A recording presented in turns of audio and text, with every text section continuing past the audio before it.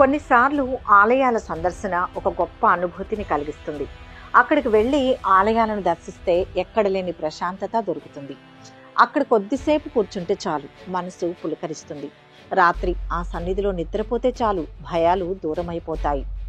తీర్థయాత్రలకు వెళ్ళేటప్పుడు అక్కడ ఉన్న గుళ్ళు, గోపురాలు ఏవి, వాటి చరిత్ర ఏంటి అని తెలుసుకుంటే మీ పర్యటన మరింత గొప్పగా సాగుతుంది. మరి అలాంటి అద్భుత చరిత్ర కలిగిన ఆలయాల గురించి ఈ వీడియోలో తెలుసుకుందాం. అంతకంటే ముందు మీరు మొదటిసారి మా ఛానల్ను కనుక చూస్తున్నట్లయితే వెంటనే సబ్స్క్రైబ్ చేసుకోండి. అలాగే ఎప్పటికప్పుడు మేము పెట్టే లేటెస్ట్ వీడియోల కోసం పక్కనే ఉన్న బెల్ సింబల్ను క్లిక్ చేయండి. ఇలా చేస్తే మేము ఎప్పుడు కొత్త వీడియోలు పెట్టినా మీకు నోటిఫికేషన్ ద్వారా వస్తుంది. ఇక విషయంలోకి వెళ్తే, రామాపురం కడప జిల్లాలో ఒక చిన్న పల్లెటూరు. రామాపురంలో పురాతన శివాలయం ఒకటి ఉండేది. కొంతకాలం కిందట ఆ ఆలయానికి సమీపంలో ఉన్న ఓ గదిలో అలనాటి అపురూప విగ్రహాలు బయటపడ్డాయి.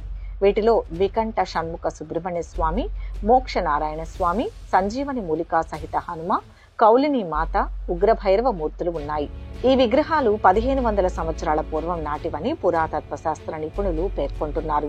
అత్యంత విలువైన ఈ విగ్రహాలకు అనేక ప్రత్యేకతలు ఉన్నాయి. ఈ గ్రామంలో ఉన్న ద్వికంఠ షణ్ముఖ సుబ్రహ్మణ్య స్వామి విగ్రహం ప్రపంచంలో మరెక్కడా కనిపించదు. దాదాపు 1500 ఏళ్ల క్రితం నాటి ఈ విగ్రహానికి మళ్లీ పునర్వైభవం తీసుకువచ్చారు ఆ గ్రామస్తులు. ఇక్కడి ద్వికంఠ షణ్ముఖుడు ప్రపంచంలో మరెక్కడా కనిపించడు. శ్రీవల్లి దేవసేన సమేతంగా షణ్ముఖుడి విగ్రహం ఉంటుంది. అంతేకాదు, ఈ విగ్రహానికి అభిషేకం చేసే సమయంలో ఆవు పాలు నీలి వర్ణంలో కనిపిస్తాయి. ఇదొక భగవంతుని లీలా విశేషమని చెప్పాలి. అలాగే ఇక్కడి మరో విశేషం మోక్ష నారాయణుడి విగ్రహం.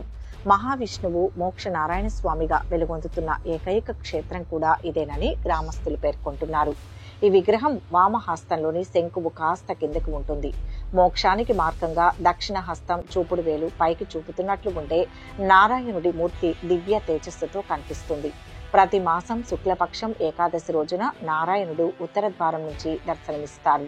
ఈ సందర్భంగా సామూహిక సత్యనారాయణ స్వామి వ్రతాలు చేస్తారు. సాయంత్రం స్వామివారికి కళ్యాణం నిర్వహిస్తారు. ఇక ఆంజనేయ విగ్రహానికి మరో ప్రత్యేకత ఉంది. ఈ విగ్రహంలో ఆంజనేయుడు సంజీవని పర్వతంతో పాటు సంజీవని మూలికను కూడా చేతిలో పట్టుకొని వస్తున్నట్లుగా దర్శనమిస్తాడు. వీటితో పాటుగా లలితాంబికా రూపమైన కౌలిని మాత ఇక్కడ కొలువై ఉంది. లలితా సహస్రనామావళిలో కౌలిని మాత ప్రస్తావన ఉంది. ఈ అమ్మవారికి ఉజ్జయినిలో ఒక ఆలయం ఉండేదని, అయితే ప్రస్తుతం అది శిథిలమైందని చరిత్రకారులు చెబుతున్నారు. అలాంటి దేవాలయం ప్రస్తుతం మరెక్కడా లేదు. రుద్రాంశగా భావించే భైరవుడు ఇక్కడ క్షేత్రపాలకుడిగా వెలిశాడు. అరుదుగా కనిపించే బకుట్ భైరవ రూపంలో భక్తులకు దర్శనమిస్తున్నాడు. ఉగ్ర భైరవుడికి తోడుగా భైరవీమాత, కాలభైరవుడి విగ్రహాలను ప్రత్యేకంగా ప్రతిష్ఠించారు. ఎలుగుబంట్లు దర్శనం చేసుకునే చండీ దేవాలయం. ఛత్తీస్గఢ్ రాష్ట్రం బస్తర్ ఎన్నో ప్రకృతి అందాలకు, చారిత్రాత్మక విశేషాలకు నెలవు. నింగి నుంచి జాలువారుతున్నాయా అనిపించే జలపాతాలు, చారిత్రాత్మక ప్రదేశాలకు నిలయం ఛత్తీస్గఢ్ అటవీ ప్రాంతం. ఇక్కడి ప్రకృతి అమ్మ దర్శనానికి క్రూర మృగాలైన అర్హులే, జగజ్జననికి అవి కూడా బిడ్డలేనని నిరూపిస్తుంటుంది. ఛత్తీస్గఢ్ బాగ్బహారా అటవీ ప్రాంతంలో చండీ దేవాలయం ఉంది. ఇక్కడ మనుషులతో పాటు ఎలుగుబంట్లు కూడా అమ్మవారి దర్శనం చేసుకుంటాయి. దేవాలయంలో పూజారి శంఖం పూరిస్తే చాలు, వెంటనే అక్కడకు చేరుకుంటాయి ఎలుగుబంట్లు. అర్చకులు ఎలుగుబంట్లకు తీర్థ ప్రసాదాలు అందిస్తారు. భక్తులిచ్చే పలహారాలు సైతం ఎలుగుబంట్లు స్వీకరిస్తాయి. అడవులలో సంచరించే మృగాలు దేవాలయాలకు వచ్చి దేవుని దర్శనం చేసుకుంటాయి. అంతేకాదు, భక్తులు పెట్టిన ఆహార పదార్థాలు, పానీయాలు తాగి వాటంతట అవే తిరిగి అడవిలోకి వెళ్తూ ఉంటాయి. ఛత్తీస్గఢ్ రాష్ట్రం మహాసుముంద జిల్లా బాగబహారా అనే గ్రామం నుంచి 5 కిలోమీటర్ల దూరంలో ఉన్నటువంటి అటవీ ప్రాంతంలో ఉన్న గుట్టపైన చండీదేవి ఆలయం ఉంది. ఈ ఆలయం నిత్యం భక్తులతో కళకళలాడుతుంటుంది. ప్రతిరోజు గుడిలో పూజా కార్యక్రమాల అనంతరం హారతి పూర్తి కాగానే గుడిలో పూజారి శంఖం ఊదడం ఆనవాయితీ. శంఖం ఊదిన కొద్దిసేపటికే ఎలుగుబంట్లు గుంపులుగా విడివిడిగా అడవిలో ఎక్కడ ఉన్నా సరే అరుచుకుంటూ అమ్మవారి గర్భాలయంలోకి వచ్చేస్తాయి. అమ్మవారి సన్నిధిలో అక్కడ ఉన్న భక్తులను కానీ, పూజారిని కానీ ఇప్పటి వరకు దాడి చేసినట్లు కానీ, గాయపరిచిన దాఖలాలు కానీ లేవు. కానీ అవి అమ్మవారి సన్నిధి దాటి అటవీ ప్రాంతానికి వెళ్లిన తర్వాత మాత్రం క్రూర జంతువులు లాగానే ప్రవర్తిస్తాయని అక్కడి భక్తులు చెబుతున్నారు. క్రూర జంతువులు అప్పుడప్పుడు పులులు, చిరుత పులులు, నక్కలు సైతం చండీదేవి ఆలయానికి వచ్చి వెళ్తుంటాయని పూజారులు అంటున్నారు. ముఖ్యంగా క్రూర జంతువులలో ఎలుగుబంట్లు అక్కడ భక్తులు గుడి సన్నిధిలో ఉన్నంతసేపు ఏమీ అనకుండా చండీదేవిని దర్శనం చేసుకుని వెళ్తాయి. ఇది అమ్మవారి మహిమేనన్నది ఇక్కడికి వచ్చే భక్తుల నమ్మకం. పాకిస్తాన్లో త్రేతాయుగం, ద్వాపర యుగం నాటి హిందూ దేవాలయాలు. సనాతన ధర్మంలో భారతదేశం వేదభూమి. ఇప్పుడున్న భారతదేశం కన్నా అప్పటి ఆ వేదభూమి చాలా విస్తారమైనది. అప్పటి అఖండ భారతదేశంలో పాకిస్తాన్, ఆఫ్ఘనిస్తాన్, భారతదేశం, బంగ్లాదేశ్, బర్మా, టిబెట్, ఆఫ్ఘనిస్తాన్, శ్రీలంక, నేపాల్, భూటాన్లు భాగంగా ఉండేవి. ఇది బ్రిటిష్ పరిపాలనకు ముందరి మాట. ఆ తర్వాత పరాయి తెల్లదొరలు ఈ సువిశాల దేశాన్ని పాలించి విభజించి వెళ్లిపోయారు. అయితే విడిపోయిన పాకిస్తాన్ ముస్లిం దేశంగా గుర్తించబడింది. కానీ అక్కడ కూడా అనేక ప్రసిద్ధిగాంచిన హిందూ దేవాలయాలు ఉన్నాయి. పాకిస్తాన్లోని ముఖ్య పట్టణం కరాచీలో ఉన్న పంచముఖి హనుమాన్ దేవాలయం అత్యంత పురాతన దేవాలయం. ఇక్కడ కొలువైన హనుమాన్ విగ్రహం త్రేతాయుగం నుంచి, అంటే దాదాపు 17 లక్షల సంవత్సరాలుగా పంచముఖి హనుమంతుడిగా పూజలను అందుకుంటోందని భక్తుల విశ్వాసం. ఇక్కడ ఆలయాన్ని 1882వ సంవత్సరంలో పునర్నిర్మించారు. పాకిస్తాన్లోని ఇస్లాం కోట్లో రాముడి ప్రసిద్ధ దేవాలయం ఉంది. ఇస్లాం కోట్లో హిందువులు ఎంతో పవిత్రంగా ఇక్కడ రాముడిని పూజిస్తారు.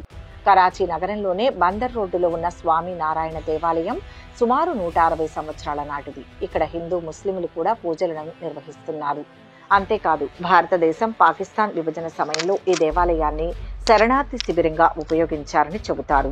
ఈ ఆలయ ప్రాంగణంలో ఒక గురుద్వారా కూడా ఉంది. త్రేతాయుగంలో శ్రీరాముడి సైన్యంలో ఉన్న జాంబవంతుడి కుమార్తె జాంబవతిని ద్వాపర యుగంలో శ్రీకృష్ణుడు వివాహం చేసుకున్నాడు.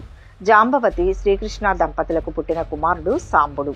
తండ్రి ఇచ్చిన శాపం నుంచి విముక్తి కోసం సాంబ ముల్తానాలో సూర్య దేవాలయం నిర్మించాడు. ఈ ఆలయం ముస్లిం పాలనలో ధ్వంసమై ఇప్పుడు శిథిలాలు మాత్రమే దర్శనమిస్తున్నాయి. సతీ పార్వతి 51 శక్తిపీఠాల్లో ఒకటి హింగ్లాస్ ఆలయం. ఈ ఆలయం పాకిస్తాన్లోని బలూచిస్తాన్కు 120 కిలోమీటర్ల దూరంలో హింగోల్ నది ఒడ్డున ఉంది. ఈ ఆలయం గురించి దుర్గా చాలీసాలో కూడా ప్రస్తావించబడింది. సతీ భాగాలు ఎక్కడ పడితే అక్కడ శక్తిపీఠంగా ఏర్పడిందని పురాణాల కథనం. ఈ క్షేత్రంలో సతీదేవి తలపడిందని చెబుతారు. ఈ ఆలయంలోని అమ్మవారిని దర్శించుకోవడానికి భారతదేశంతో సహా అనేక దేశాల నుంచి భక్తులు వెళ్తారు. ఆపదల నుంచి కాపాడే కాలభైరవుడు. కాలభైరవుడు పరమేశ్వరుని అపరాంశ, రౌద్ర స్వరూపుడు, రక్షాదక్షుడు, దుష్టగ్రహ బాధలు నివారించగల శక్తిమంతుడు. కాలభైరవుడు అనగానే హేళనగా కుక్క అనేస్తాం. కుక్కను వాహనంగా చేసుకుని తిరిగేవాడే తప్ప ఆయనే కుక్క కాదు. కుక్క అంటే విశ్వసనీయతకు మారుపేరు, రక్షణకు కూడా తిరుగులేని పేరు, సమయోచిత జ్ఞానానికి ప్రతీక. కాలస్వరూపం ఎరిగినవాడు, కాలంలాగానే తిరుగులేనివాడు, ఎంత వ్యయమైనా తరిగిపోనివాడు, శాశ్వతుడు, నిత్యుడు. కాలభైరవుడు మన పురాణాల ప్రకారం అసితాంగ భైరవుడు, రురు భైరవుడు, చండ భైరవుడు, క్రోధ భైరవుడు, ఉన్మత్త భైరవుడు, కపాల భైరవుడు, భీష్మ భైరవుడు, శంబర భైరవుడు అని 8 రకాలు. వీరు కాక మహాభైరవుడు, స్వర్ణాకర్షణ భైరవుడు మరో 2 కనపడతారు. స్వర్ణాకర్షణ భైరవుడు చూడడానికి ఎర్రగా ఉంటాడు. బంగారు రంగు దుస్తులు ధరిస్తాడు. తలపై చంద్రుడు ఉంటాడు. 4 చేతులు ఉంటాయి. ఒక చేతిలో బంగారు పాత్ర ఉంటుంది. స్వర్ణాకర్షణ భైరవుడు సిరి సంపదలిస్తాడని చెబుతారు. ఇతర భైరవుల విషయానికి వస్తే సాధారణంగా భైరవుడు భయంకరాకారుడిగా ఉంటాడు. రౌద్ర నేత్రాలు, పదునైన దంతాలు, మండే వెంట్రుకలు, దిగంబరాకారం, పుర్రెల దండ, నాగాభరణం ఉంటాయి. 4 చేతులలో పుర్రె, డమరుకం, శూలం, ఖడ్గం ఉంటాయి. కాలభైరవుని భక్తి శ్రద్ధలతో కొలిచేవారు ఓం కాల కాలాయ విద్మహే కాలాతీతాయ ధీమహి తన్నో కాలభైరవ ప్రచోదయాత్ అని ప్రార్థిస్తారు. మన దేశంలో కాలభైరవ ఆలయాలు ఎక్కువగా లేకున్నా కాలభైరవ క్షేత్రాలు చాలా ఉన్నాయి. ఈ క్షేత్రాలలో ఉండే కాలభైరవుని క్షేత్రపాలకుడు అంటారు. నేపాల్, ఇండోనేషియా, థాయిలాండ్ దేశాలలో కాలభైరవ పూజ విశేషంగా జరుగుతుంది. ఇక్కడ ఆలయాలలో కాలభైరవుడు ప్రధానంగా దైవతంగా ఉంటాడు. నేపాల్ దేశానికి జాతీయ దైవంగా కాలభైరవుడు పూజలు అందుకుంటున్నాడు. గ్రహ బలాలను అధిగమించి అదృష్ట జీవితాన్ని, సంకల్ప సిద్ధిని పొందడం భైరవ ఉపాసనతో సాధ్యమని శాస్త్రాలు చెబుతున్నాయి. కాలభైరవుణ్ణి కాశీ క్షేత్ర పాలకుడిగా కీర్తించారు. ఏది సాధించాలన్నా ముందుగా ఆయన అనుమతి తీసుకోవాలని కాశీ క్షేత్ర మహిమ చెబుతుంది. సాక్షాత్తు శివుడే కాలభైరవుడై సంచరించాడని శాస్త్రాలు చెబుతున్నాయి.